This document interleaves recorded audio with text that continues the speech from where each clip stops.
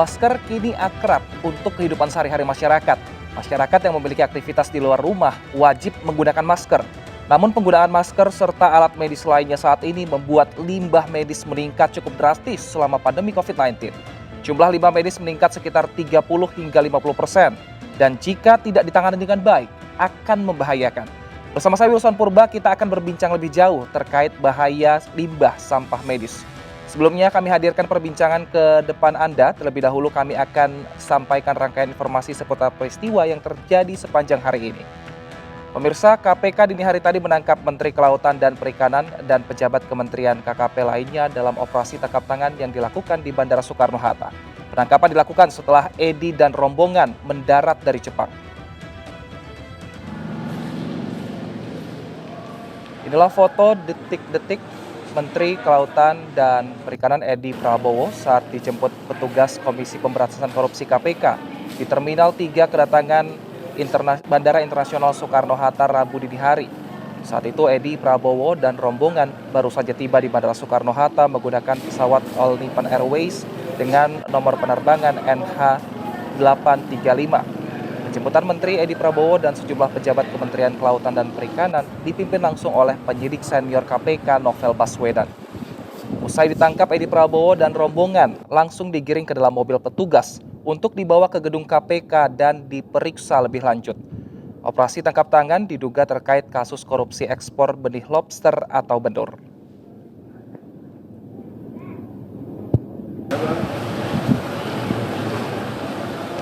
Kita beralih ke informasi lain, pemirsa. Kota Bandung kembali masuk ke level zona merah COVID-19. Hal ini terjadi karena tingkat kedisiplinan masyarakat yang terus berkurang dalam menerapkan protokol kesehatan.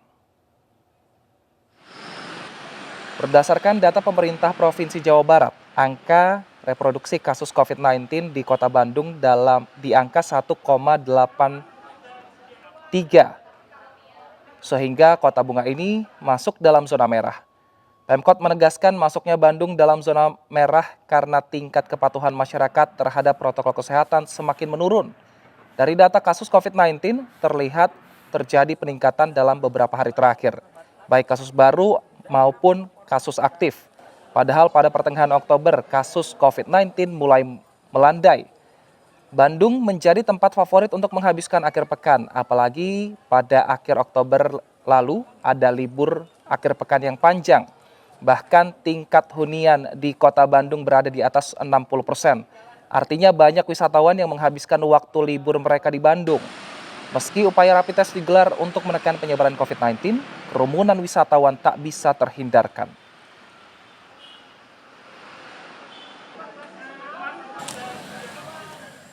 Lonjakan kasus positif COVID-19 di wilayah Bandung Barat membuat ruang isolasi pasien di RSUD Cililin terisi penuh. Akibatnya sejumlah pasien yang tidak tertampung harus menunggu rujukan ke sejumlah rumah sakit lain di Bandung. Di ruang isolasi pasien COVID-19 di RSUD Cililin Kabupaten Bandung Barat, dari 13 bed yang ada di 4 ruangan, seluruhnya dipenuhi oleh pasien positif COVID-19. Bahkan sejumlah pasien harus menunggu atau masuk di daftar waiting list untuk menjalani perawatan. Mereka yang tidak tertampung akhirnya harus menunggu rujukan untuk dirawat di rumah sakit lain. Meski terjadi lonjakan dan seluruh ruang isolasi terisi penuh, pihak rumah sakit memastikan ketersediaan alat pelindung diri masih memadai dan pelayanan kepada pasien juga diperketat, baik proses screening maupun dalam pelayanan pasien.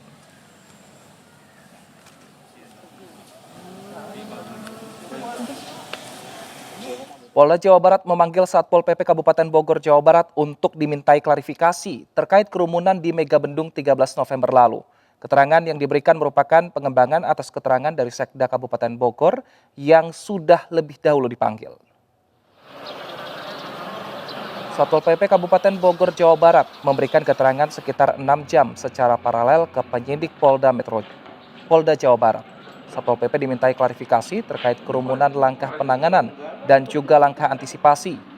Selain petugas Satpol PP Kabupaten Bogor, di Reskrimum Polda Jawa Barat juga meminta keterangan saksi ahli serta ketua RT dan RW di lokasi kunjungan Rizik Syihab.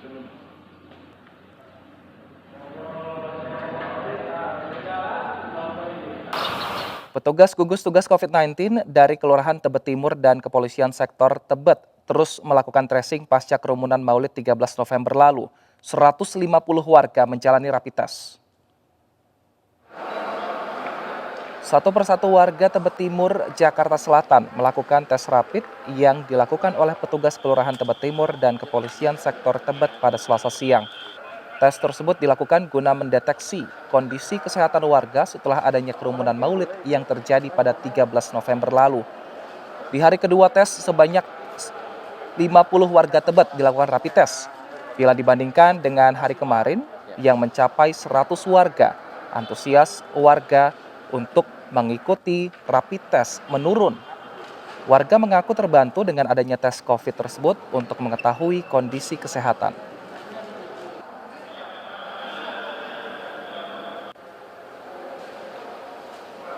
Sementara itu, pemirsa, Menteri BUMN Erick Thohir berharap masyarakat yang mampu secara ekonomi membayar vaksin COVID-19 secara mandiri.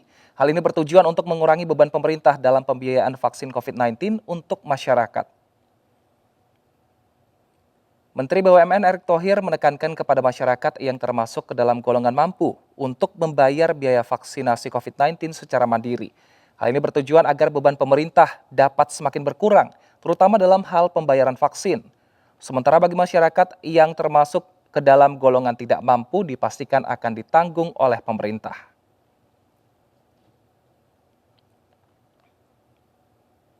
Nah, tentu kelompok masyarakat yang mempunyai kemampuan lebih, ya sudah seyogyanya bisa membantu pemerintah juga dengan membayar vaksinnya sendiri.